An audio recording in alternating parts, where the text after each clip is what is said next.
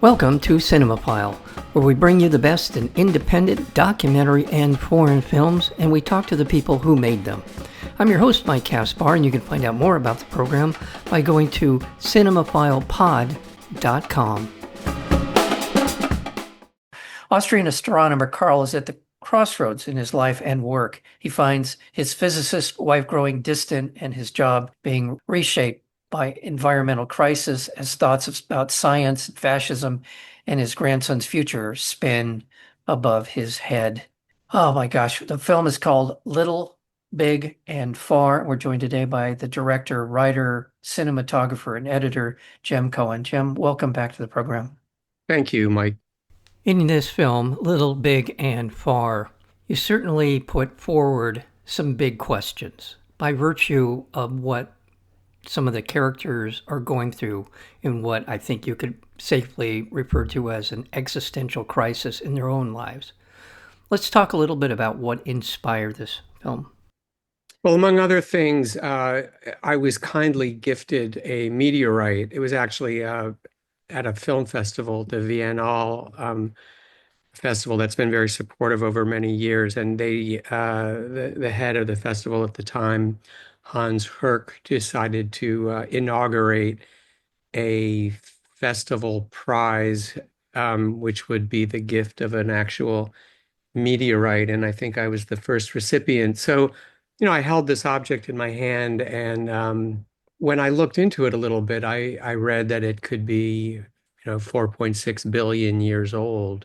And I just thought that's completely mind-blowing. But I also thought it was kind of ridiculous because it seemed like, how could they be that accurate?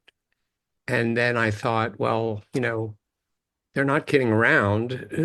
And it just sort of led me down a scientific curiosity path that then lasted, well, it took roughly 7 years to get the film finished. So that was maybe the initial spark, but I also felt that it was interesting to take on a whole territory, subject matter really didn't know. And filmmaking is a great way to investigate. It's a great way to learn about something. So I kind of took a long crash course as I made the film. So much of what is appealing to me about the film is the seamless way in which we go from the micro to the macro through the work, through the getting to know the characters in the film.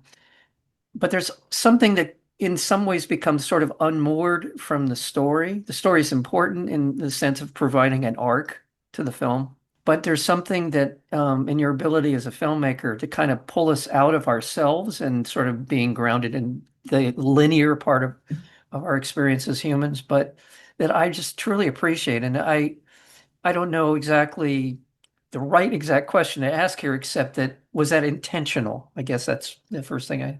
Yeah, I mean, in all honesty, story is not primary for me as a filmmaker. And I know that that runs a little against the grain because often people are taught that it's the most important thing.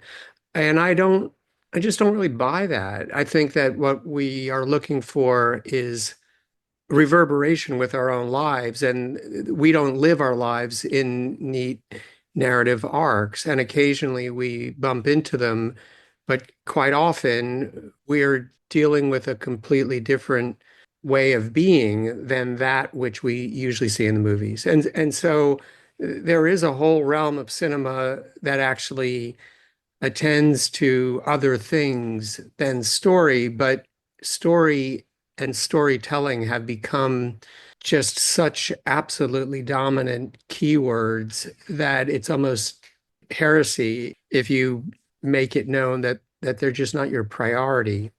And so what other things are a priority? Among other things, there's a kind of mood and a sensibility, and there's also just what it's like to be conscious and to be looking around in the world.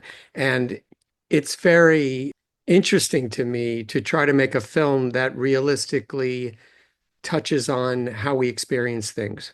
that moment of experience to me is much more important than, narrative arc. But I do find that narrative, of course, it's wonderful and it has its uses. I'm not against it. I just don't feel that it calls to me as the primary mode of filmmaking. It's an interesting question. It's a good question to bring up. But in this film, as with museum hours, there was a kind of goal or directive, which is, can I make a movie in which character, story, environment, and ideas are really on an equal plane? And that's the challenge. So, the scientific ideas in the film are really as important as the character. Again, the arc, if you will, of the characters in the film is in service to what you're talking about, and that's the word. I'm so glad you said experience, because that's what the most memorable things in my life, the things that have had the most profound impact on me, have been my interactions with my environment as much as in relationships that I've had. So I just say, living near the ocean, which I have for the last 50 years, living in the mountains for a period of time. Those are the things that I will remember to the day I die because it opens the door to thinking about things beyond myself. Yeah, and it's also there, the purely experiential, like being in a particular landscape rather than another particular landscape, is there are whole movies that their triumph is to just grant you that, to really be in a particular landscape or environment. So if you told me that you were, making a film about living near the ocean, rather than me wondering, well, that's fine and nice, Mike, but what's your arc, and what are your three acts or whatever? No, what I want to know is, can he make a film that truly brings me into that place and lets me feel what it's like for him to be in that place? But, we carry with us our own arcs. I'm making a film about somebody who has reached a certain point in their life where they're at a crossroads. And so, anybody in the audience who has sensed that in their own experience, then, brings that to the film. The film is also an invitation for you to bring in your own narrative rather than me just impose one on you. The film also, in a very understated way, brings to bear the future of the planet. Like our human interaction with the planet over these many millions of years or hundreds of thousands of years, we're being brought to a point of about sustainability. It's not something that you are hit over the head with, but at the same time, the nature of the work being done by the scientist calls into question our role and how it's playing out in terms of the sustainability of the planet and how the greater impact of the universe on us doesn't care. As a Right. matter of fact, it does not care whether or not we do a good job of shepherding our environment or not. So I just there's just so many different elements that sort of play off of one another in the film. And correct me if I'm wrong in that observation. No, that observation is spot on. I think it's fascinating that Earth is a tiniest little blip. I mean, if you know that there's a famous, Carl Sagan had one of the Voyager missions, convinced them to turn it around and take a picture back at looking at us, and it's the famous shot called the pale blue dot, and you get a sense of how, in a way, how inconsequential we are. But and so in the scheme of things, whether we stick around or not does not matter a whit to the universe as a whole. That said, given the astonishing things that humans have the capacity for, some of it may be cliche, but I'm going to say it anyway, that if you think about Beethoven, or you think about Melville, or you think about, the kind of perception brought to bear on society by Baldwin, or any number of other things, it's pretty terrific. And it's a real shame if we're going to just shoot it all to hell for profit. That's a pretty sad state Yeah. of affairs. And we've gotten there where we are in crisis, and everybody either knows it or is denying it. I wasn't looking to make a movie to romanticize our importance, but I was trying to make a movie that was steeped in the awareness that people now have that we are reaching or we have reached critical mass and that we need to change course. Just quickly, want to remind our listeners we're speaking with Jem Cohen. He is the director, writer, cinematographer, and editor of the film Little, Big, and Far. And to your point, I'm going to throw in a couple other names, which I know that much of your work has celebrated music. And I'll just throw in the Coltrane's, Alice and John.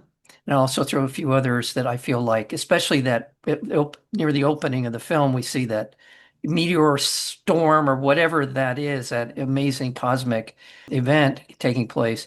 But I'll throw in Miles Davis and Sun Ra and Thelonious Monk and people who have been able to kind of harness the unknowable and put it into music. And that's kind of how I look. So I look. Yeah, I mean, one of the other early sparks for the film was just thinking about how cinema deals with not only with science, but really with the sort of grand subject of the cosmos or the universe at large. And I have to say that I can't really think of too many exceptions to movies using kind of predictable music to engage with that. So it's often classical music, it's often something kind of majestic, or sometimes it's kind of a new age sort of spacey track. I asked myself, what kind of music might actually be more accurate and at the same time perhaps provocative. And I thought of jazz and in particular free jazz because it struck me that musicians who are operating kind of at the edge of chaos, where they are very intentionally setting themselves free and then reining themselves in, and they're kind of investigating the boundary between creation and destruction.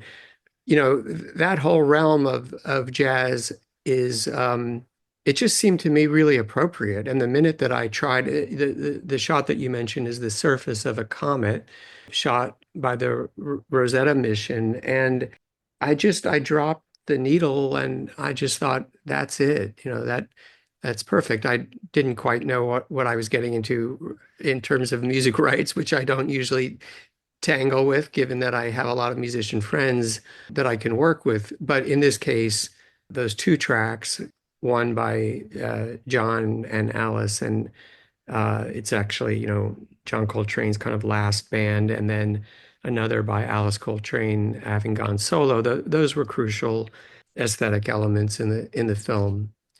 And speaking of crucial aesthetic elements, I do want to tip my hat to Martin DeCicco, who I shot with on some of the really crucial scenes for the film. I cobbled together a lot of it myself. I'm a DP by default rather than training, but occasionally I need someone who's a little bit more professional. And Martin was a real comrade in arms in understanding what I was after and being able to jump right in. Beautiful, beautiful work. By the way, there's a scene near the end of the film. Throughout the film, we see the stars, we see the eclipse. By the way, I love that fact about the 400, and I hope I get it right. That the distance of the sun from the Earth is 400 times further than the moon. Is Well, that the sun is 400 times bigger, but oh it's no, also 400 times farther away, I yeah, believe. And it's a very sort of strange coincidence that this allows the moon to perfectly block the sun for a total eclipse just by that coincidence. I mean, the moon is tiny compared to the sun, but the sun being exactly the right distance away allows this juxtaposition to be a perfect silhouette. And it's kind of uncanny. I don't know what to make of that, but it is what it is. That's yeah. why we have a total eclipse, and it won't always be the case. As things, over the millions of billions of years, they will drift a little bit, and then we will experience something different. But for now, we have this wonderful moment. If we're lucky enough to catch the total eclipse, we are granted a reminder that the darkness that we experience in an eclipse is the natural state of things. And it's kind of an amazing, magnificent reminder when people realize, like, wow, we are balls floating in a kind of void, and every once in a while one shines a light, but mostly it doesn't. It's just great stuff. Yeah. And part of the reason I brought that up was when you see the stars reflecting in from the sky, and then you cut at some point to the ocean and the sun dancing off the water, and how similar how similar that is. Just how many things in this film continue to remind us the differences and the similarities in the world we live in, how and I'll say connected they are to one another. Yeah, and I was looking for ways over one of the things about making a film over such a long stretch of time, on one hand, it's can be immensely frustrating. On another hand, you get to really, really look, and you look for things that reverberate with other things. And so I was constantly thinking, what is there that on a level of cinematography, what is it that will remind us of these connections? I don't necessarily spell it all out in the film, but the dancing lights on the ocean that you mentioned, to me, they also remind me of quantum physics, where you cannot pin things down, and a source is always moving. And as soon as you kind of try to stop it, you are reminded that that is not possible. And so this kind of uncertainty or superposition actually had a visual, a kind of metaphor for me when I looked at light on water. So, again, there are a lot of things like that which are not necessarily going to be what the viewers all think of, but the fact that you brought it up means that it resonated for you in terms of just the sense of interconnectedness. I'll close with this, but I just want to acknowledge the cast that you brought together, but particularly Franz Schwartz, who embodies this kind of world-weary, learned man who lives with uncertainty in his life and presses forward because there's something more of like the tides that are pulling him towards a certain point, certain things in his life. So I just thought he was wonderful, a wonderful kind of avatar for us. Franz is a non-actor who had no particular interest in being in films, and I don't know that he intends to do it again. But he has a wonderful face, and he also has a wonderful spirit, and was incredibly accommodating and patient. And he is someone who knows cinema quite well, and actually in real life ran a subtitling company in Austria, among other things. So he had a generosity that was also connected to his work in cinema. But really, I met him by chance, and it just as with the museum guard in museum hours, it was a case where spending some time with someone and really looking at them and listening to their voice, I became convinced that he had something extraordinary to offer in a movie, and asked if he would asked, both of them, just, hey, would you consider doing this? And both of them just jumped in and did it with great attention and kindness. And I felt very good about, with the exception of Mario Silva, who is an actor who I cast through more traditional channels. Everybody else, they're non-actors, and two of them are filmmakers themselves, Leslie Thornton and Jessica Sarah Rinland.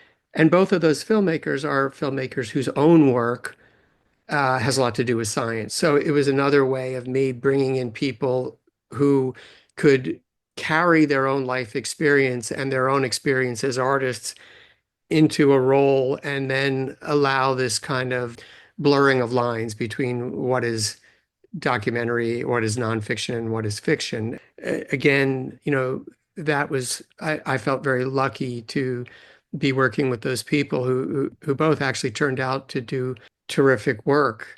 It's a lesson that I've learned is that it can be a dangerous delusion to think that every non-actor is going to be great in a movie because they're not actors and they're not going to bring the cliches to bear that actors sometimes can't help but carry with them from the industry. Sometimes non-actors are terrible as soon as you roll camera, and sometimes they're extraordinary and they bring something to a film that no actor could quite have brought in the same way, and that they also save you a great deal of money when you're doing low budget work because I can never separate the actuality of the logistics of making a film with what can make it possible. I'm not a filmmaker who is going to be writing a script and casting big names that are then going to engender corporate or industry interest and the large budgets that sometimes attach to that. I have to be able to work very, very low to the ground. And so all of these things are also strategies to make things possible. Jem Cohen, I loved Museum Hours, so taken by that. And I love this film, Little, Big, and Far.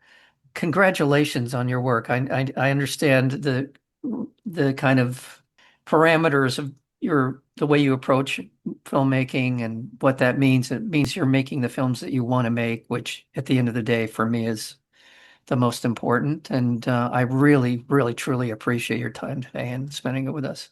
Well, thank you so much, Mike. I appreciate your interest and your perceptive comments. Welcome. Much appreciated.